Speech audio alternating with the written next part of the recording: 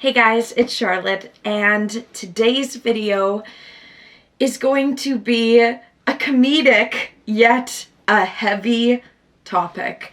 And the title of this video is The Joke That Saved My Life. As usual, I just realized it's another polarizing topic. The joke, the comedy, that saved me life, saved me from dying. But it's true. This is something I've learned along my healing journey, how healing comedy is. And that I identify as a comedy coper. You tell me to cope? Okay, I'm going to. And I'm gonna do so with comedy. Remembering, recalling the memory, being in the crisis center, my dad making this joke, and laughing, and genuinely laughing and crying, and using comedy as a way to touch on societal topics. And the ridiculousness of life was so healing for me in that moment. And this joke, this comedy alone, is what I can honestly say saved my life. It is the true joy I felt in a time where joy didn't exist in my life. I've wanted to talk about this for a long time. This happened around 2 years ago, 2.5 years ago. But I was like, Charlotte, sit down and record it today because it is Father's Day where I live. And if you're watching this and it's not Father's Day, don't worry, don't let that push you away. Like, you can only watch this if it's Father's Day, no. But it was my dad that made this joke. So representation out there to dad jokes. And the fact that, okay, I don't know, this is just me speaking from my experience, but my dad has a genuine wicked sense of humor. My dad is funny. The jokes he makes are funny, are in fact funny. So I don't know, that's just my experience. It was my dad that created and told this joke. I am giving credit where credit's due. Thank you, Dad, for making this joke, having a sense of humor, and giving me a good sense of humor because of it. There's some details of this story, the reasons why I'm in the crisis center, that I can't get into too deep of detail here, but it's not about that. It's about the funny joke and about how comedy saves lives, literally. And how people with a wicked sense of humor sometimes are the ones who are or have been the most depressed. Comedy is something that also is prevalent in those with higher IQ. Usually to be a good comedian and to be clever, you have to have a high IQ. Comedy is so powerful, and yes, it's fun for the ha-ha-has, but it saved my life here. To get into the joke, matter of facts are, I was in the lowest state in my life. I was emotionally on death's doorstep. And thankfully where I am, they had free crisis centers that I willingly admitted to. And where my dad created this joke was in the backyard of the crisis center.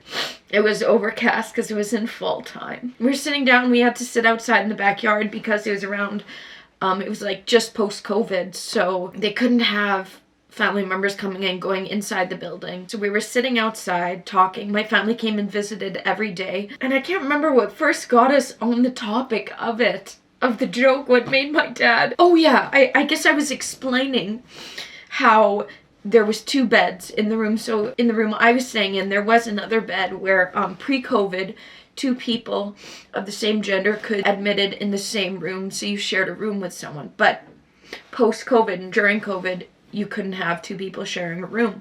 During that time frame, it was just the 1 person allowed per room.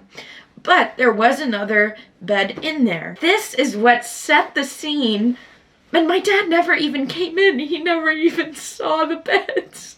So I can envision it in there. But my dad, he never even saw it, and he still came up with this wicked fucking joke. Sorry, I just realized that. He couldn't even set the scene, and he came up with it. Never loved my dad. Okay. So that was the context. So somehow we were on the topic of that. I guess to give a little more context, I had dealt with the police in my life prior to that. Had bad experiences with some police, and just how incompetent some cops are.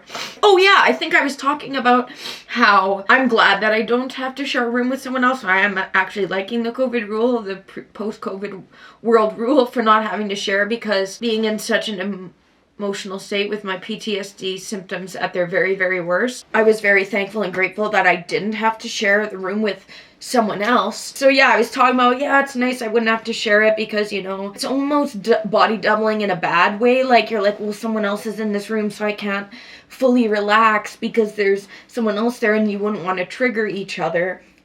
And somehow my dad got it on the topic or scenario of, imagine like you're sleeping in the crisis center, you're falling asleep, and you wake up, you open your eyes a little bit.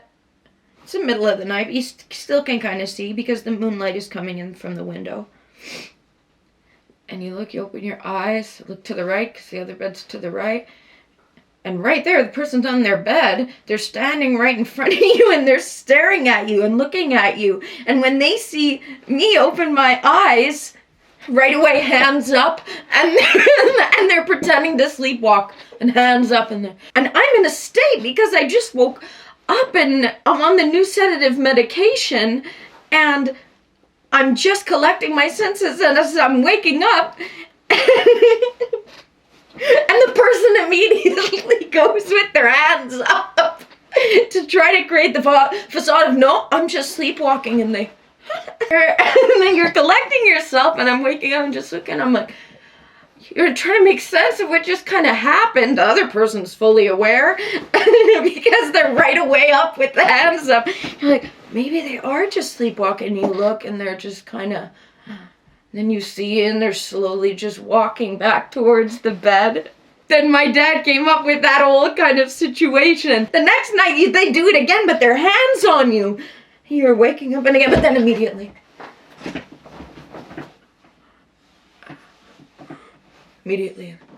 back to their bed.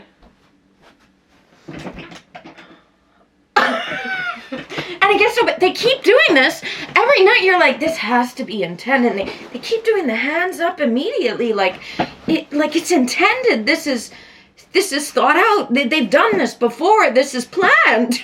So then I have to tell the people at the crisis center, yeah, the person beside me, I don't know, maybe they're just sleepwalking, but their eyes, they looked at me, but I just woke up, and the nurses, well, you're on new medication. It might just be that. It keeps happening. I'm adamant about it, and the police come. Yeah, they have their little notepad. Let's see, I have one. They have their notepad. This is actually my Bible. They have their notepad, okay. What's the details of this? Well, I was sleeping, and it's been going on for a few nights now, and every time I wake up, they're staring at me. Last night, their hand was on my shoulder. But it feels like almost a split second. Their eyes are closed and their hands are up in like a sleepwalking position. And then the cop's looking. Oh, hands up. Closed case. No, they were clearly sleepwalking. No, they were having it. No, their hands were up. Their hands were up. Yeah, they were up. They were sleepwalking. But I think this is intended. I think you're just imagining this. Them look at the nurses. Is she on new medication? Yeah. Oh, okay. And just the comedy of their hands were up. Their hands were up. No, that's sleepwalking. That's sleepwalking. And the comedy that a cop would actually act that way. And for me, the reasons why I was in such a state in my experience with police is because of sexual abuse and sexual assault. Oh, but they were sleepwalking. Their hands went up immediately. So that's the sad part of it. You know how that would be a open, closed case. Said that you're just imagining it. But the comedy of that. The comedy. No, their hands were up. That's the classic sleepwalking thing. And I remember the banter just of me and my dad going back and forth about that hypothetical joke situation and how much comedy and jokes relate to life and help with coping. Because at a certain point, you have to just look at it and think, it's fucking ridiculous. Fucking ridiculous. The blind eyes that are turned in life, the assumptions that are made. It is funny. that joke, that little bit of humor, even though it's technically a tough, dark, and personal subject to a certain degree, it made it laughable. It made it consumable. It made it understandable. It made life and that situation copeable. And it saved my life, that fucking joke. I bring it up all the time with my dad.